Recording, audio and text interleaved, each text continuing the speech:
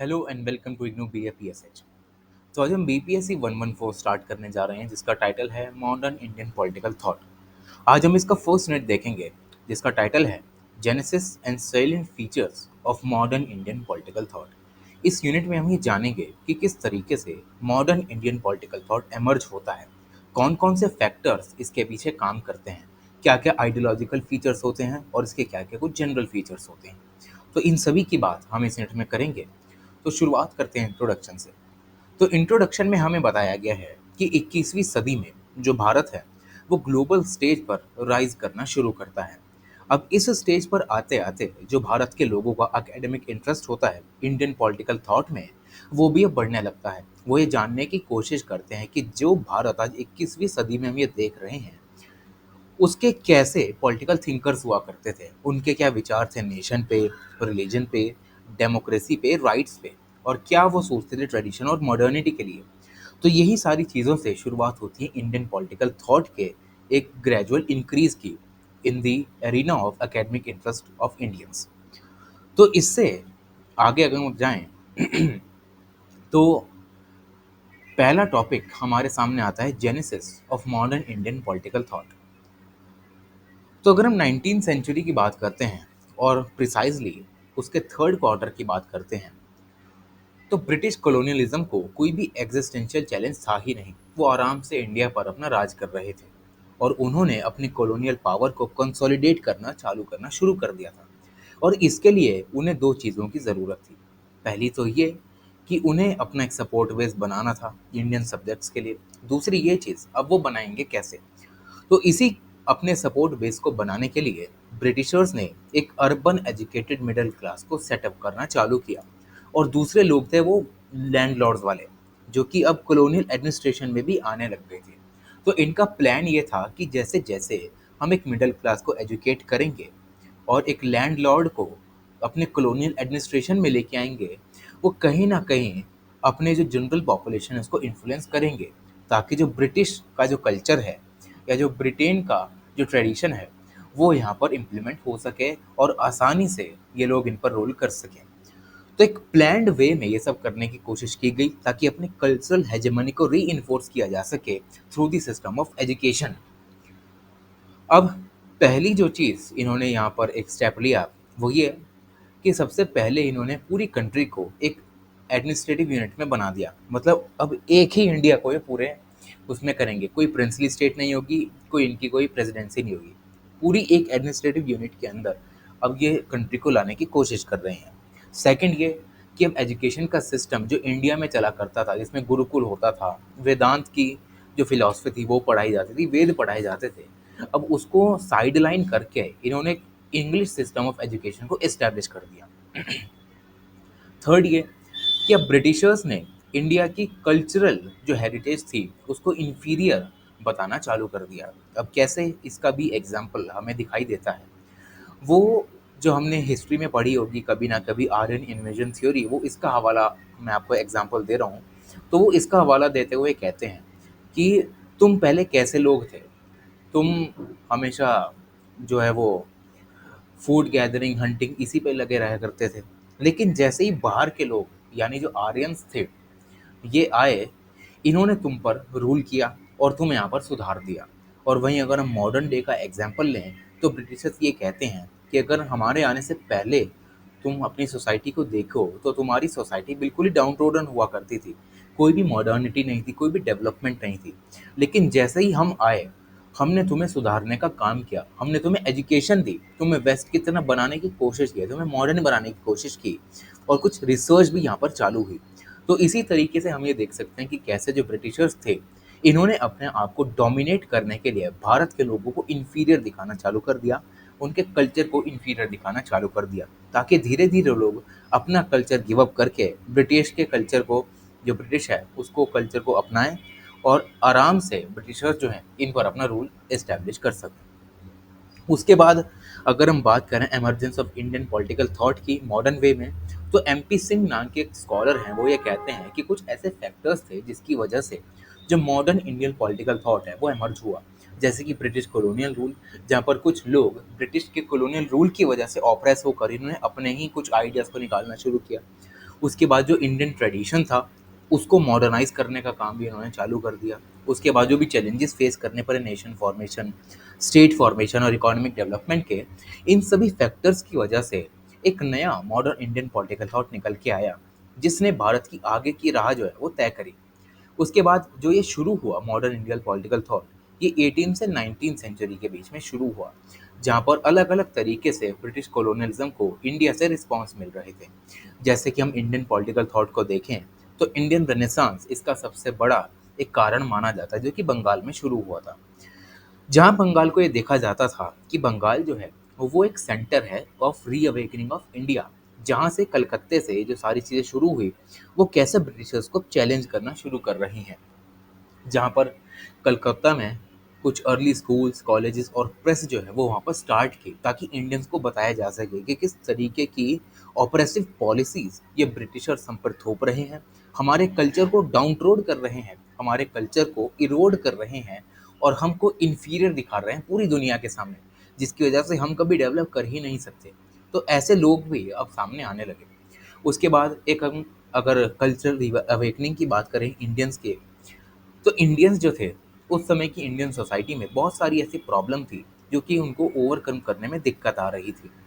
अब जैसे-जैसे जो ब्रिटिशर्स थे, वो अपना पैर जमाते जा रहे थे पूरे इंडिया में, through the English education system, through their culture, तो इससे होने क्या लगा कि इंडिया की जो कल्चरल हेरिटेज थी, वो डिक्लाइन होना चालू कर दी। अब इस डिक्लाइन के बाद एक नीड आई, वो ज़रूरत ये थी कि कोई हमारे पास ऐसा इंसान आए या ऐसा ग्रुप ऑफ सेक्शन ऑफ आए इंडियंस का, जो कि क्रिएटिव और एनालिटिकल थिंकिंग को यहाँ पर सहारा दे, जिसके ज़रिए हम ये समझ सकें कि किस तरीके से लोग पुराने ओल्ड सुपरस्टिशंस में अभी तक अटके हुए हैं, जिसकी वजह से वो आगे नहीं बढ़ पा रहे हैं। और कुछ ऐसे लीडर्स भी सामने आए जिन्होंने इन इश्यूज़ को ओवर करने का काम भी किया, जिन्होंने अपने पास्ट को ग्लोरीफाई करने का काम किया। उन्होंने भारतीयों को बताया कि हमारा पास्ट कितना ही बढ़िया है। जहाँ उन्होंने एग्जाम्पल दिया हड़प्पन सिविलाइजेशन का, वो ये कहते हैं कि हड़प्पन सिविलाइजेशन अपने आप में फर्स्ट ऑफ द काइंड ऐसी सिविलाइजेशन थी जहाँ पर हमें कोई भी हथियार नहीं दिखता। तो वो इससे ये समझाने की कोशिश कर रहे थे कि किस तरीके से भारत के लोग एकजुटता के साथ रहते थे, कोई भी लड़ाई झगड़ा नहीं। और जहाँ ये ब्रिटिशर्स आए वहीं लड़ाई झगड़े शुरू हो गए। तो ऐसी चीज़ें अब भारत में इंटेलेक्चुअल रीअवेकनिंग के ज़रिए एंटर करने लग गई।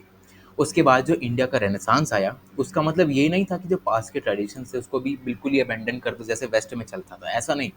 बल्कि जो हमारे ओल्डर ट्रेडिशंस थे, उनको एक रेशनल तरीके से देखो और उनको अपने इंटेलेक्ट और एनालिटिकल स्किल्स से रीडिस्कवर करो, ताकि हम अपने पास्ट को रीस्टोर कर सकें और भारतीयों को जगा सकें अगेंस्ट द ब्रिटिश रूल।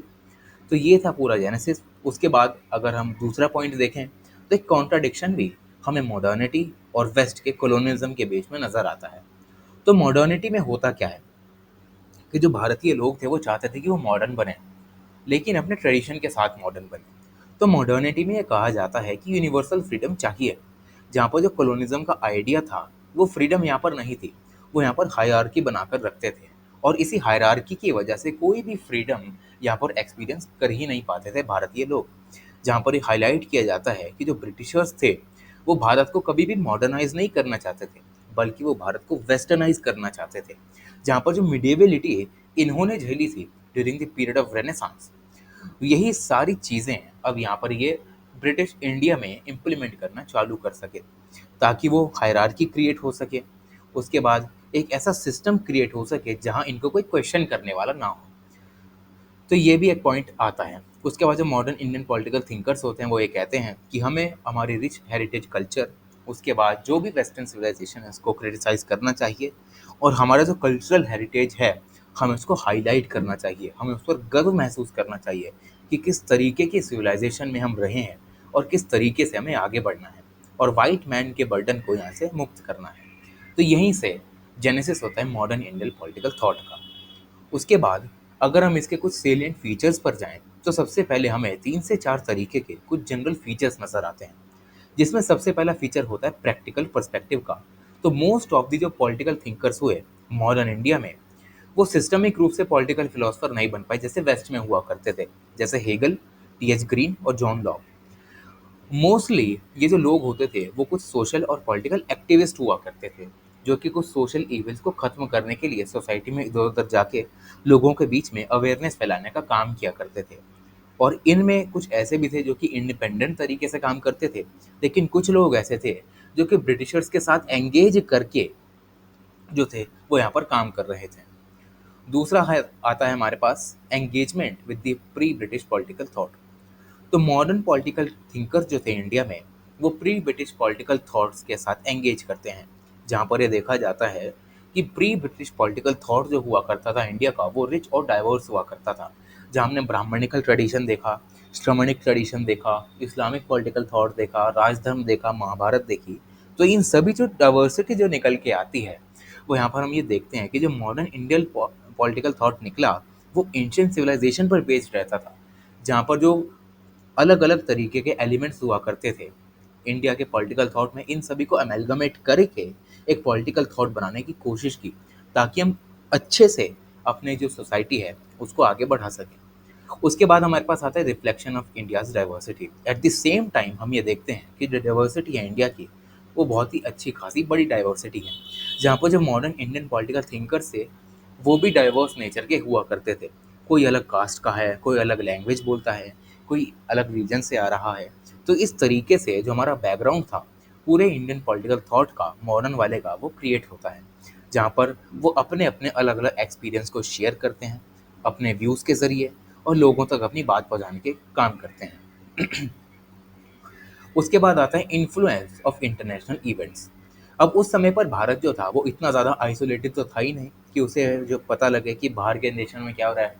ठीक है, उस समय पर जो भारत था वो डेवलपिंग, हम कह सकते हैं कि डेवलपिंग तो शायद नहीं था, लेकिन ब्रिटिशर्स के अंडर वो सारी चीज़ें करता था और उसे पता था कि दुनिया में क्या हो रहा है, इतना आइसोलेटेड था नहीं। तो कुछ इंटरनेशनल इवेंट्स भारत के आसपास ऐसे हुए जिससे कि जो मॉडर्न पॉलिटिकल थिंकर्स थे इंडिया के, उनको थोड़ा इन्फ्लुएंस हुआ कि किस तरीके से अपने पॉलिटिकल थॉट को हमें डेवलप करना है।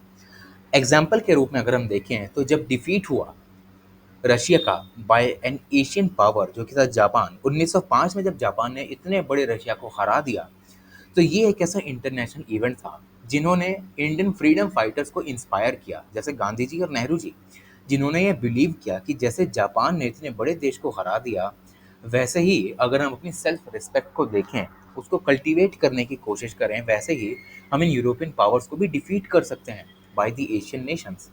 उसके बाद नेक्स्ट एग्जाम्पल हमें अमेरिकन रेवोल्यूशन का दिखाई देता है, जहाँ पर ये देखा जाता है कि कैसे अमेरिकन्स ने इन ब्रिटिश पावर, जो कॉलोनियल पावर थी, इनको उखाड़ के फेंक दिया। और वहीं जो फ्रेंच रेवोल्यूशन था, इससे नए नए आइडियाज़ निकल के आए, जैसे कि लिबर्टी, इक्वालिटी, फ्रेटर्निटी। उसके बाद जो रशियन रेवोल्यूशन हुआ, इसने सोशलिज्म और कम्युनिज्म जैसी चीज़ों को अट्रैक्ट किया, और बहुत सारे थिंकर्स हमारे इंडियन पॉलिटिकल थॉट में निकल के आए जो कि सोशलिज्म को फेवर किया करते थे। तो इससे हम ये देख सकते हैं कि डाइवर्सिटी, इंटरनेशनल इवेंट्स और रिफ्लेक्शन ऑफ इंडियाज डाइवर्सिटी, इन सभी चीज़ों के साथ मिलाकर एक पॉलिटिकल थॉट लाने का काम हमारे इंडियन पॉलिटिकल थिंकर्स ने किया था। उसके बाद हम बात करते हैं कुछ आइडियोलॉजिकल फीचर्स की, जिसमें सबसे पहला फीचर आता है हमारे पास लिबरल रिफॉर्मर्स का। तो बेसिकली ये जो लोग होते हैं ये ब्रिटिशर्स के फेवर में होते हैं। तो जो लिबरल्स थे इंडिया में, वो ब्रिटिश काउंटर पार्ट्स जैसे कि जे एस मिल जैसे लोगों से इंस्पायर हुए थे। जो लिबरल रिफॉर्मर्स थे, इनमें राजा राम मोहन रॉय, गोपाल कृष्ण गोखले, एम जी रानाडे, दादा भाई नारोजी, एस एन बैनर्जी और सैयद अहमद खान जैसे लोग भी आते हैं। तो एज एन आइडिया अगर हम लिबरलिज्म को देखें, तो लिबरलिज्म में कहा जाता है कि जो इंडिविजुअल है वो सभी चीज़ों का सेंटर है in terms of politics, society and economics. जो भी सारी चीज़ें होंगी ये रिवॉल्व करेंगे एक इंडिविजुअल के तरफ। तो ये कंक्लूड करते हैं इंडिया में कि पहले की जो हमारी इंडियन सोसाइटी हुआ करती थी, उसमें कभी भी इंडिविजुअल को इतनी फ्रीडम नहीं दिया करते थे लोग। उनको पहले कम्युनिटी में जो उनके लिए ड्यूटीज़ हैं उनको निभाना पड़ता था, उसके बाद जो रिलीजियस जो हमारी ड्यूटीज़ हैं उनको निभाना पड़ता था, और बाद में जाकर छोटे मोटे राइट्स उन्हें मिला करते थे। तो लिबरल लोग ये कहते हैं इंडिया में कि जो इंडियन सोसाइटी है उसमें हमें इंडियन की सोसाइटी और इंडियन कम्युनिटी जो है उसको पैरामाउंट इम्पोर्टेंस देनी चाहिए, जो कि पहले के समय पर नहीं दिया जाता था। और इसी वजह से हमारी इतनी बढ़िया सिविलाइजेशन का डाउनफॉल हमें देखने को मिला। तो इसीलिए जो इंडिया के सोशल रिफॉर्मर्स थे, उनको ये नीड थी कि जैसे यूरोप में सोशल रिफॉर्म हुए, वैसे ही इंडिया में कुछ सोशल रिफॉर्म लाने की ज़रूरत है। और इन लिबरल लोगों ने ब्रिटिश रूल का सपोर्ट करना चालू कर दिया, जिससे कि जो इंडिया है वो मॉडर्नाइज बन सके। वो ये आर्ग्यू करते हैं कि जो ब्रिटिशर्स थे उन्होंने इंडिया को एनस्लेव कर दिया एज अ सोशल सेटअप। अब उस समय पर जो ब्रिटिशर्स इंडिया पर रूल किया करते थे, वो भारत में किसी भी तरीके की फ्रीडम को नहीं दिया करते थे। फर्दर जो लिबरल लोग हुआ करते थे, वो ये कहते थे कि हमें फ्रीडम तब तक नहीं मिलने वाली है जब तक हम अपना जो रियल पर्पस है उसको जान नहीं लेते। जहाँ हमें अपना रियल पर्पस नज़र आ गया, वहीं से हम अपनी आज़ादी की राह को पकड़ सकते हैं और आगे बढ़ सकते हैं। उसके बाद जो लिबरल रिफॉर्मर्स थे, इन्होंने ब्रिटिश रूल को एज अ नेसेसिटी भी देखा, जहाँ पर हम इन कंजर्वेटिव लोगों को पुश बैक कर सकते हैं। क्योंकि ब्रिटिशर्स से आने से पहले वही कंजर्वेटिज्म भारत में चला करता था, based on the philosophy of Vedanta, Veda. तो ये सारी फिलॉसफीज़ के चक्कर में जो इंडिया था, वो बहुत ही ज़्यादा कंजर्वेटिव बना हुआ था। लेकिन जैसे ही ब्रिटिशर्स आए, अब इन्होंने यहाँ पर इंडिविजुअल की तरफ ध्यान देना शुरू किया और इन कंजर्वेटिव्स को पीछे धकेलना शुरू किया। और यही लिबरल रिफॉर्मर्स ब्रिटिशर के साथ आके खड़े हो जाते हैं। वो ये कहते हैं कि इस तरीके के जो रिफॉर्म है, हमें यहाँ पर इनको बढ़ावा देना चाहिए, और उसके लिए ये ब्रिटिश रूल को एज अ नेसेसरी भी देखते हैं, जहाँ पर इंडिया अपने ट्रेडिशनलिज्म को छोड़कर अब मॉडर्निटी की तरफ जा सकता है थ्रू देयर गाइडेंस। उसके बाद जो लिबरल आइडियाज़ थे वो अब निकल के आने लगे थ्रू ट्रेडिशनल अलाइट्स, जैसे कि थे भद्रलोक ऑफ बंगाल, ब्राह्मण ऑफ मद्रास एंड प्रभुज एंड ब्राह्मण ऑफ बॉम्बे। तो इन सभी से यहाँ पर जो है अब नए नए ट्रेडिशनल एलाइट से लिबरल आइडियाज़ निकल के आने लगे। उसके बाद सबसे बड़े जो लिबरल माने जाते हैं इंडिया में, वो माने जाते हैं राजा राम मोहन रॉय, जिन्हें फादर ऑफ इंडियन रेनेसांस भी कहा जाता है। तो ये हुई बात लिबरल्स की। आगे बात करते हैं कंजर्वेटिव पे। तो मॉडर्न इंडियन पॉलिटिकल थॉट में बहुत सारे थिंकर ऐसे भी थे जो ये कहते थे कि अगर भारत को आगे बढ़ना है, तो भारत को अपनी इन जो हमारी ट्रेडिशनल वैल्यूज़ हैं उसको रीडिस्कवर करने की ज़रूरत है, ताकि उसे पता चले कि उसकी कल्चरल आइडेंटिटी क्या है। तो इनका फोकस रहता है भारतीयों की चेतना को जगाने में, क्योंकि वो ये कहते हैं कि जब तक चेतना नहीं जागेगी, तब तक जो है भारतीयों का दिमाग नहीं चलने वाला। उन्हें पता ही नहीं लगने वाला कि उनकी वैल्यूज़ क्या-क्या रही हैं, उनके ट्रेडिशनल आइडेंटिटीज़ क्या-क्या रही हैं। तो जैसे-जैसे हमारी चेतना बढ़ेगी, वैसे-वैसे हम आगे बढ़ना शुरू हो जाएँगे। उसके बाद जो कॉन्शियसनेस है, वो एक कारण बनती है, जिसकी वजह से जो लोग हैं भारत के, वो अपने ट्रेडिशन, अपने कल्चर और आइडेंटिटी को जानने की कोशिश करने लगते हैं। उसके बाद जो कंजर्वेटिव होते हैं, इसमें भी हमें 2 तरीके के लोग नज़र आते हैं। सबसे पहले लोग होते हैं स्वामी दयानंद सरस्वती जी, लाला लाजपत राय, जो कि रिवाइवलिस्ट के तौर पर काम करते हैं, जो ये कहते हैं कि वैदिक सिविलाइजेशन का हमें रिवाइवल करना चाहिए, इसको रीइन्फोर्स करना चाहिए। वहीं दूसरे लोग होते हैं बाल गंगाधर तिलक, श्री अरबिंदो, बिपिन चंद्र पाल, जो ये कहते हैं कि जो फ्रीडम है, इसको हमें सबसे ज़्यादा एम्फेसाइज़ करके रखना चाहिए। और जो ये फ्रीडम है, ये फ्रीडम इंडिया के लेवल पे नहीं होनी चाहिए, बल्कि यूनिवर्सल फ्रीडम का आइडिया हमें पूरे विश्व में उसको प्रोपेगेट करना चाहिए, ताकि कोई भी इंसान यहाँ पर एलिनेट ना फील कर सके, कोई भी इंसान सप्रेस ना फील कर सके। और यही जो कंजर्वेटिव लोग हैं, दूसरे तबके वाले, वो कुछ एस्टेब्लिश इंस्टीट्यूशंस को भी रिजेक्ट करना चालू कर देते हैं, जैसे कि स्वामी दयानंद आर्य समाज को रिजेक्ट करते हैं। उसके बाद ब्रह्मो समाज, जो कि राजा राम मोहन रॉय ने बनाया, उसको भी यहाँ पर रिजेक्ट करने का काम करते हैं, क्योंकि इन्हें लगता था कि जो ये सारे इंडिविजुअल्स हैं, सॉरी, जो ये इंस्टीट्यूशंस हैं, ये हिंदू कल्चर को इग्नोर करते हैं और वेस्ट के इन्फ्लुएंस में आके अपने ट्रेडिशंस को वैसे मोल्ड करना इन्होंने चालू कर दिया है। तो इससे जो हिंदू कल्चर है, या जो भी भारतीयों का कल्चर है, वो सही तौर पे उनकी रॉ फॉर्म में उनके सामने कभी आ ही नहीं सकता। तो इसीलिए इन सभी को ये क्रिटिसाइज़ करते हुए इनको रिजेक्ट कर देते हैं। आगे बढ़ते हैं ह्यूमनिस्ट पे। तो दूसरा stand modern Indian political thought में लिया जाता है, वो होता है ह्यूमनिज़्म का, जहाँ पर ये देखा जाता है कि जो इंडिविजुअल का इंटेलेक्ट है या उसकी जो अंडरस्टैंडिंग है, अगर वो उसके ज़रिए सेल्फ रियलाइज़ेशन को अचीव कर लेता है थ्रू रेशनैलिटी, तो वो अपने आप में आगे बढ़ सकता है। तो सिंस इसका जो फोकस होता है वो ह्यूमैनिटी पे होता है, तो जो ह्यूमनिज़्म होता है वो किसी भी तरीके के डिवीजन को यहाँ पर जो है वो टॉलरेट नहीं करता, based on race, nation, gender and religion.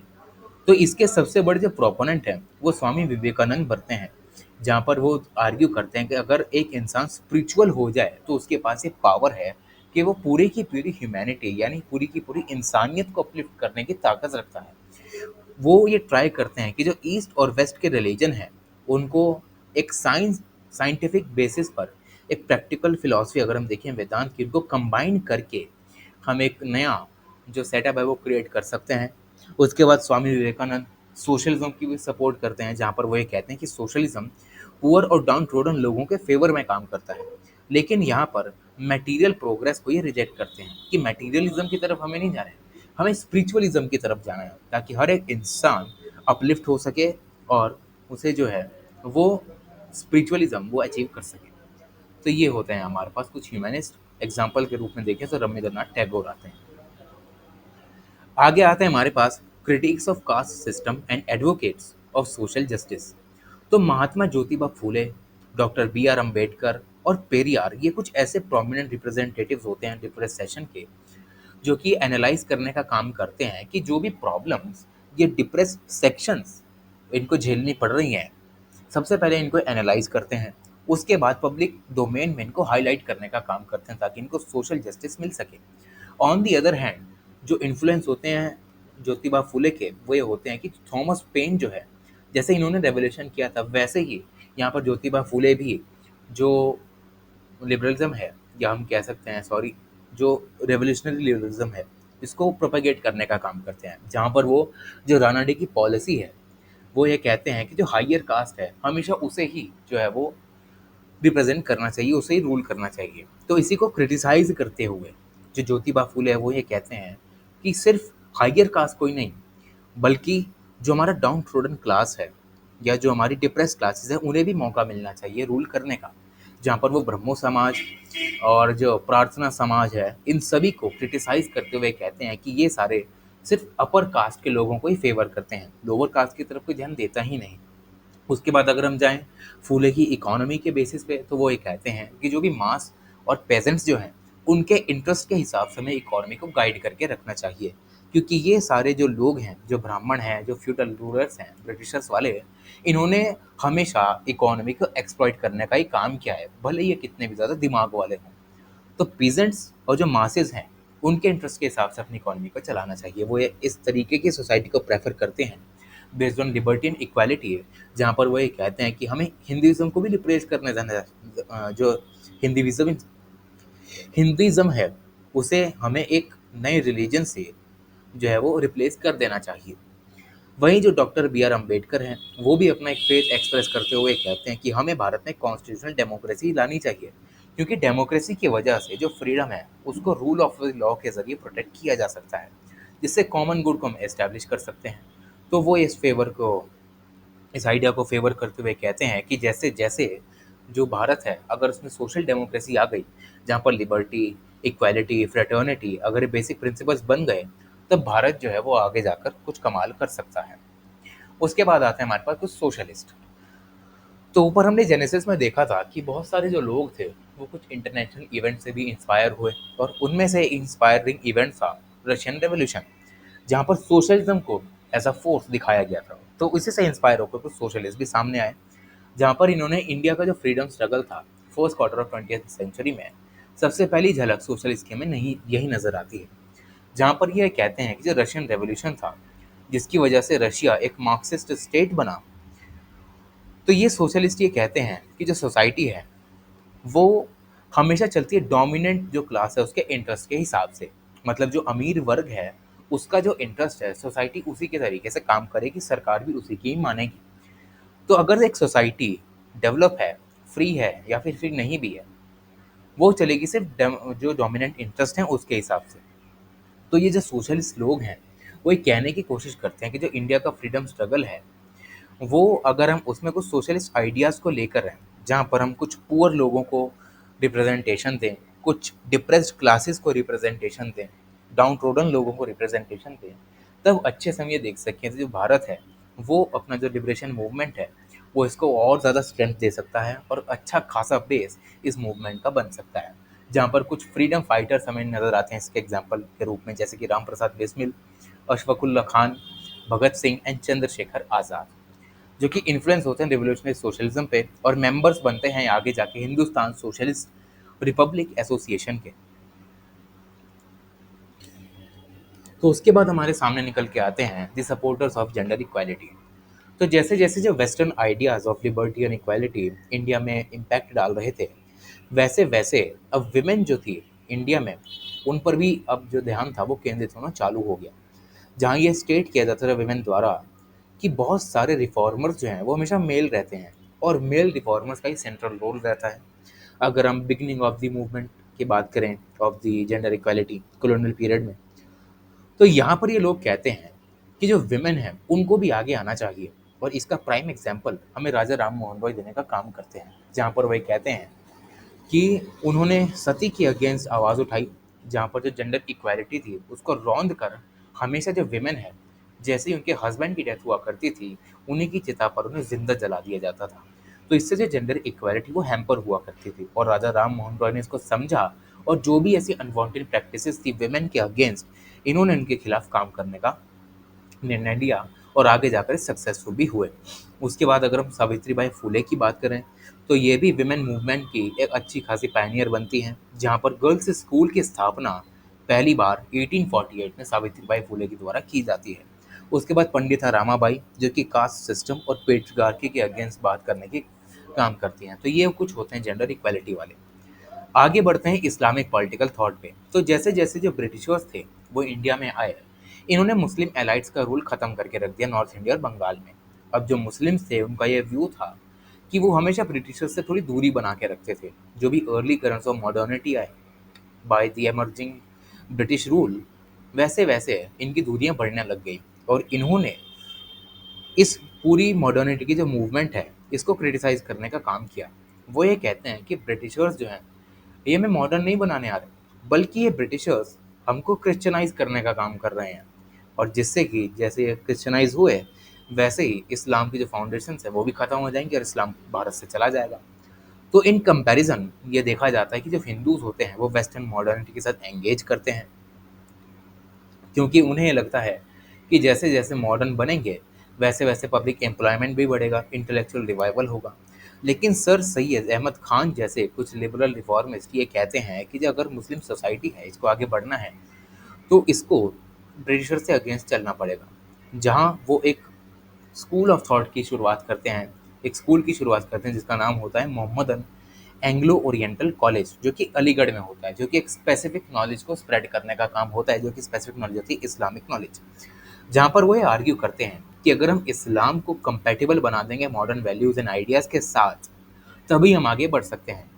ऐसा नहीं हो सकता कि हम सिर्फ मॉडर्न वैल्यूज़ और आइडियाज़ को ही अपना लें और इस्लाम को भूल जाएं, तब तो इस्लाम किसी काम का ही नहीं रहेगा। तो अगर हमें इस्लाम को आगे बढ़ाना है, खुद को आगे बढ़ना है, तो हमें मॉडर्न वैल्यूज़ के साथ साथ इस्लाम को भी कंपैटिबल बनाना पड़ेगा। उसके साथ कुछ ऐसे पोइट फिलोसफर्स भी हैं जिन्होंने इसको आगे बढ़ाने का काम किया, जैसे कि मोहम्मद इकबाल, जो कि मुस्लिम फोर्स को एज अ मॉडर्नाइज करने का काम कर रहे थे during the Indian freedom struggle, जहाँ वो ये आर्ग्यू करते हैं कि भारतीय जो इंडिविजुअल है उसकी जो फ्रीडम है वो उसके हाथ में लिखी गई है। अगर इसको उसे जानना है, तो जो इस्लामिक इंडिविजुअल है उसे इस्लामिक यूनिवर्सलिज्म की नॉलेज होनी चाहिए। जहाँ वो टेरिटोरियल नेशनलिज्म को क्रिटिसाइज करते हुए ये कहते हैं कि इस्लामिक यूनिवर्सलिज्म और टेरिटोरियल नेशनलिज्म ये दोनों ही कॉन्ट्राडिक्टरी होते हैं, क्योंकि एक जगह हम ये देख रहे हैं कि जो इस्लाम है वो एक यूनिवर्सल फोर्स है, वहीं टेरिटोरियल नेशनलिज्म का क्या हुआ कि हम एक टेरिटरी के लिए सिर्फ यहाँ पर काम कर रहे हैं ताकि वो आज़ाद हो सके। तो इसी कॉन्ट्राडिक्शन की वजह से यहाँ पर इनको सबसे ज़्यादा क्रिटिसाइज भी किया जाता है। आगे हमारे पास आता है political thought of Gandhi and Nehru. तो महात्मा गांधी और जवाहरलाल नेहरू भारत की इंडियन फ्रीडम स्ट्रगल के कुछ सेंट्रल फिगर्स माने जाते हैं। गांधी जी जो ये होते हैं वो ये कहते हैं कि भारत की जो पुरानी सभ्यता रही है हमें उसको ग्लोरीफाई करने का काम करना चाहिए, ताकि हमारी ह्यूमैनिटी का ब्राइट फ्यूचर बन सके। गांधी जी का जो पॉलिटिकल थॉट होता है बहुत ज़्यादा मल्टी डायमेंशनल होता है, जो कि मार्क्सिस्ट और लिबरल से थोड़ा अलग होता है।